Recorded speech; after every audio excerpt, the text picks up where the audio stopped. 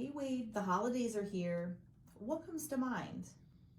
Mm, Something along the lines of the first day of Christmas, my true love put me in her will. Really? Estate planning is a gesture of love to benefit one's spouse and children.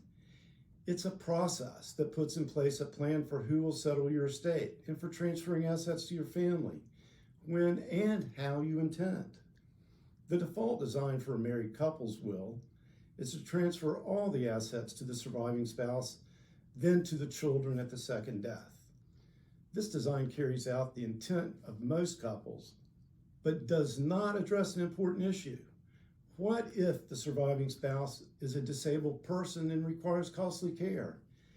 Is there a way to protect assets inherited by a disabled spouse so that they can qualify financially for Medicaid? The answer is yes, if the will authorizes the executor to set up a supplemental needs trust for the sole benefit of the disabled spouse.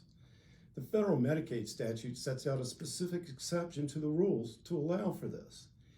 If the language in the trust provision is drafted properly, the disabled spouse is permitted to use the trust assets to cover out-of-pocket expenses, and Medicaid will pay for their care.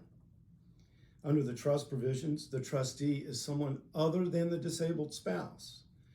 The disabled spouse is the only named beneficiary and only has access to the trust assets through the trustee. Distributions from the trust account are for the sole benefit of the beneficiary. They can only supplement, not replace, any government benefits that the beneficiary otherwise qualifies for.